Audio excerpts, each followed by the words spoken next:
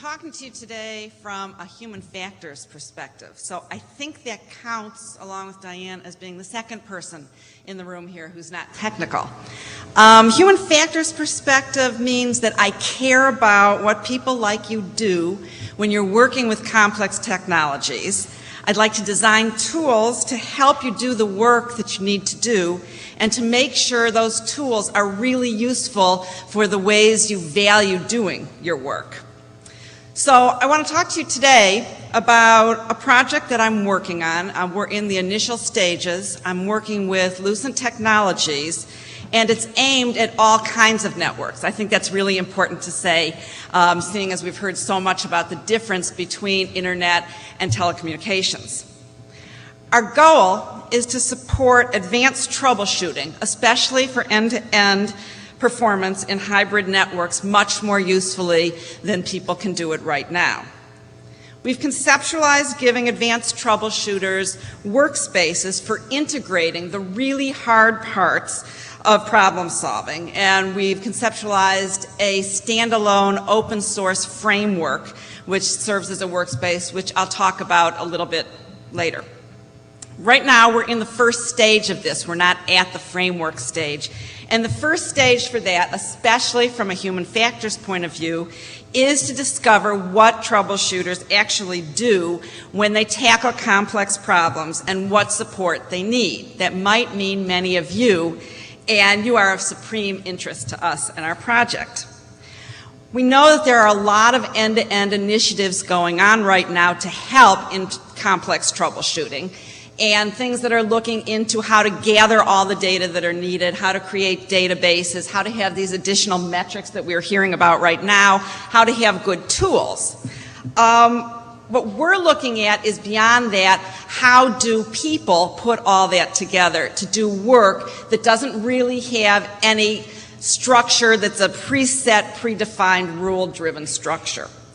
And to gather that information, we're doing observations, we're talking to people and having interviews, and we're analyzing transcripts of troubleshooting conversations, whether through email or some other trouble tickets and all those kinds of different things that we can look at. What is a complex problem?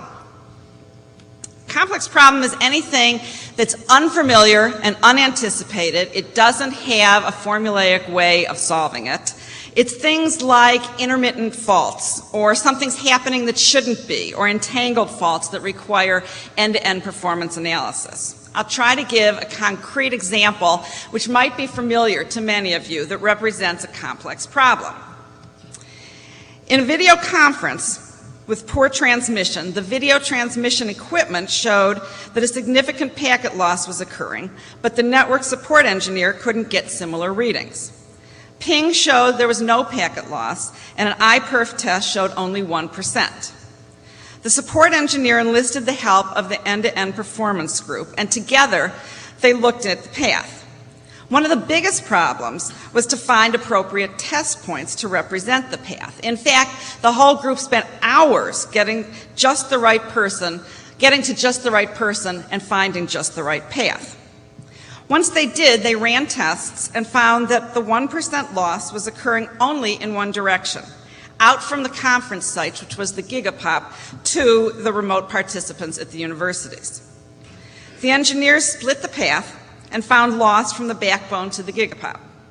They then studied the Gigapop end of the path closely. They found that the router interfaces from the backbone to the Gigapop showed 1% error since the counters were set 2 weeks earlier. At this point, the support specialist called the backbone NOC and found that there was a known problem with some optical equipment that could not be fixed immediately. No one had told the other groups about this problem. There wasn't any means for doing so. Nor did they think that a transmission of any size would be occurring that would be adversely affected by the faulty optical gear. In the meantime, the video cast was a failure. At times, it lost audio and video signals, and the transmission quality was poor the whole time through. It took all day to track down the problem, finding it only after the video netcast was long over. So, what were the pain points of this investigation? They needed to look for false positives. They needed a reality check. The measures that they were getting were not the same as the quality of the transmission that was going on. There was insufficient data. They didn't have all the information that they needed to solve the problem. They needed to make their best effort in solving this butterfly effect problem where problems in one part of the network were affecting the other part. And there was a lot of trouble with communication across the segments and the organizations. We're really interested in story after story of this, and we've gathered many cases that show even more complex problems than this. One was very similar, but instead of a known problem, it was an unknown problem, so that an ATM switch was out and nobody had any idea what was wrong and what had done it. You could fix that problem, but the root cause analysis then took many, many hours to track down what the real problem was. We even have more complex examples, such as one in which a calls and a voice over IP were completing, but parties weren't hearing each other. And this happened only 1 every 1,000 calls, and it happened over many, many weeks. All parts of the system were reporting healthy. The engineer who was in charge of it decided that he would bring in some ad hoc data from the billing records to see which calls had short hold times, figuring that he could find out where the problem was that way. So he wanted to correlate those with data on each part of the system, from the phone adapters, the router ports, the ISP subnets. But this was complicated by unique IDs changing as the calls traversed the system. What was hard for this analyst, this network engineer, was to see patterns because of the huge number of calls and the changing identifiers.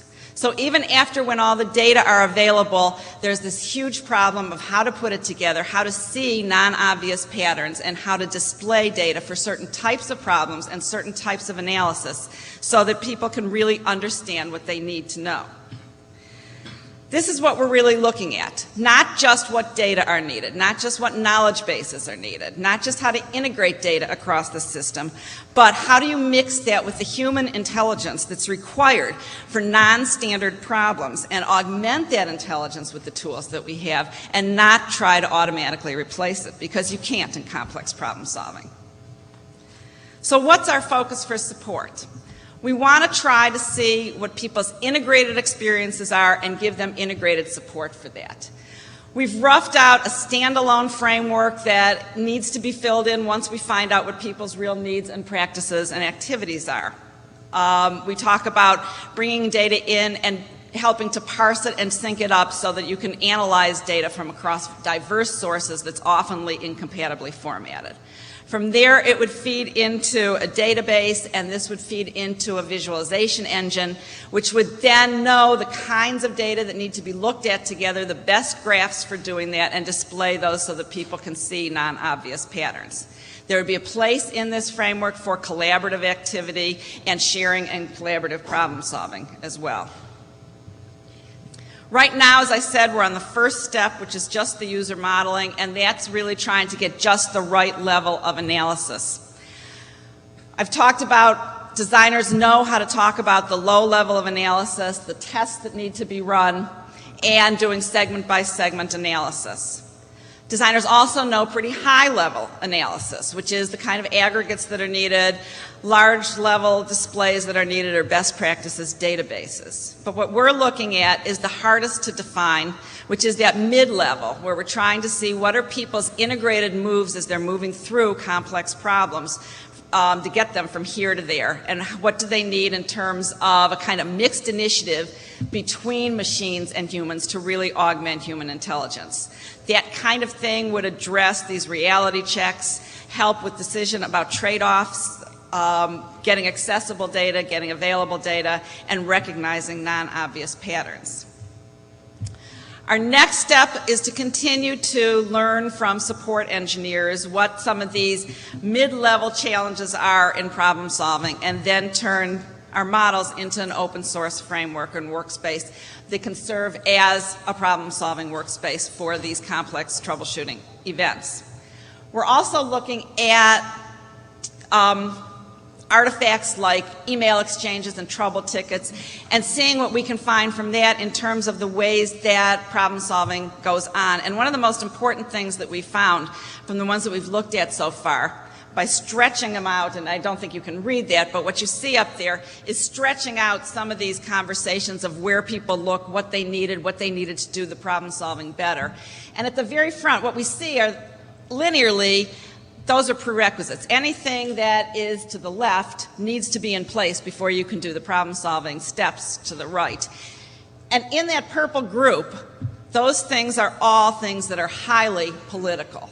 Getting application developers to develop in certain ways, getting people to share information, getting people to feel responsible for writing certain algorithms. And so we found that this kind of political nature is one of the most important things to get in place, and we've also found that it's a very difficult thing to do when we're talking in a decentralized, distributed world. So, as I said, we're trying to lead this to a framework, and any comments or help or stories that you can share, I'd really appreciate it. Oh, there's a BOF afterwards where, it's at 9 o'clock tonight, where I'll be there and would love to talk to people about some of their stories. Do you have your emails or someone else? No, I don't have anything on the next slide. Okay. If you want to get a hold of her, why don't you send to the NANOG list your email address? Okay. She'll send to the list the NANOG, and she'll give you an email address. She'd really appreciate stories. It really would help them look at troubleshooting in the way it occurs.